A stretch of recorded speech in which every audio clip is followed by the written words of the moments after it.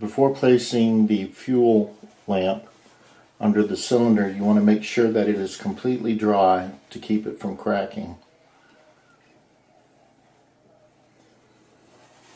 Then when you're placing the fuel lamp underneath, you want to make sure that the wick does not touch the piston.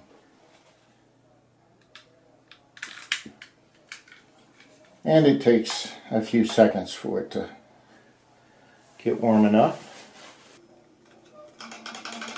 And there we go.